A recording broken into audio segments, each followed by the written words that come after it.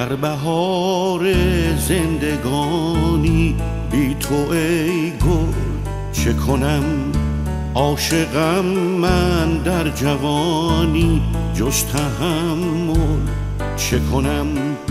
برکشم گر پاز کویت دل به دست که دهم، خود بگو بی حلقه آن زلف سنبل چه کنم؟ شکوه از غمزه یار خود چون کنم؟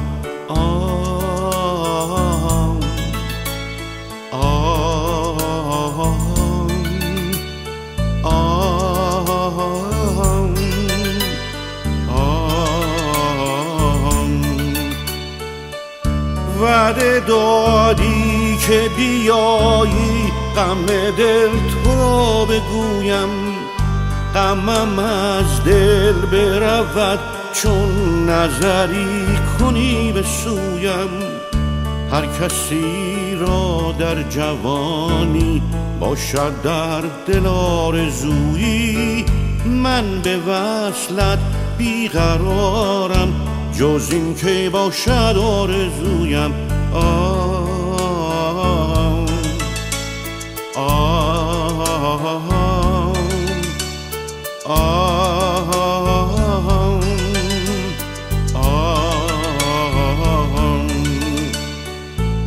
بعد از این من جز به یادت لب به ساغر نزنم، پیش از این گر زده باشم بار دیگر نزنم.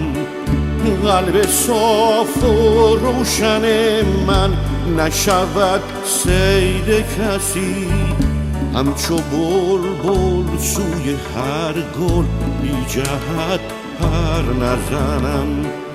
چون تویی بی گمان آخرین عشق من.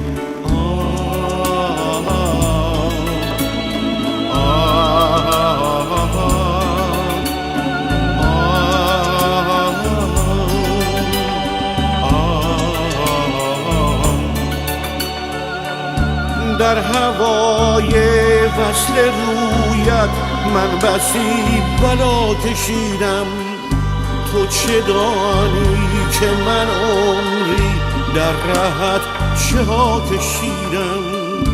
وه که هرگز من به عالم از خوبان وفا ندیدم، با غمت چون خو گرفتم از کوی شادی پا کشیدم.